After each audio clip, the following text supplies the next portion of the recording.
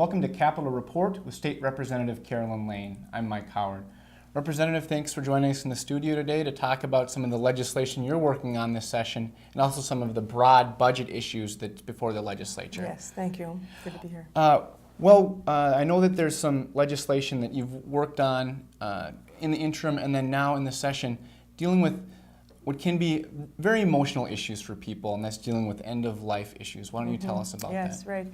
Well, I had an opportunity a few years ago to participate in a home vigil after a friend of mine had her husband die, actually in home hospice in the home, and then they had a 72-hour vigil in the home. And it was extremely sacred and transformative. It was very profound just to be participating with the end of life in that fine way. And so when we now realize that the statutes had changed a few years ago to make it actually not appropriate for people to have this in the home anymore, we then decided we needed to address that legislation. And so I am carrying a bill that will allow you to have home vigils and allow you to take more active participation in the end-of-life issues with your own family.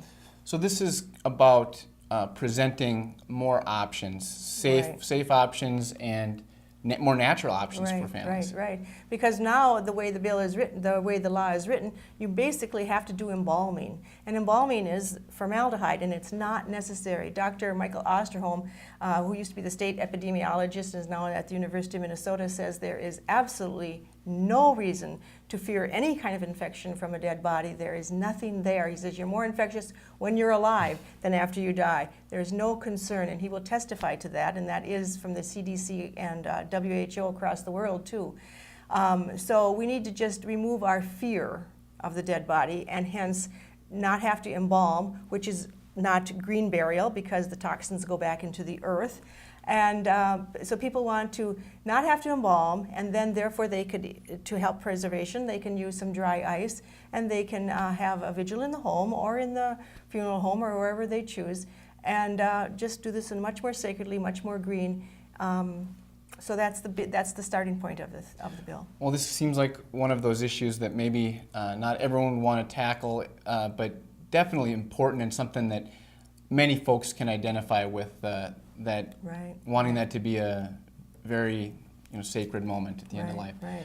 Well, let's transition to actually talk about the beginning of life and the value of early education and child care programs and what that means for Minnesota and how some of those programs are under assault with this budget deficit. Yes, as we consider how we make cuts, and we will have to make cuts, plenty of cuts, we have to consider what are our priorities. And one of the key priorities is our young people. Even if people are sitting around the kitchen table deciding how are they going to manage their budget when their budget is cut, they do not hurt the children. And that's the future and the most vulnerable. And so as we look at the cuts, we need to attend to the fact that early childhood and early learning is very, very key. As someone said, let's not cut something permanent like a child's brain. Yeah, and as far as on a cost-effective note, I believe that early education, some of that, those programs are some of the most cost-effective uses of public dollars because of what that can mean long-term. Right. Rolanek from the Federal Reserve Bank, who's been taking as a businessman a keen interest in early childhood, has evidence of 17-to-1 return. $1 you put on in early childhood is $17 saved later in life. And when you look at the overall state budget challenges, we do have some, going out into the future, some serious things to worry about as the population gets older, and it's going to be more important than ever to invest in those early programs. Right.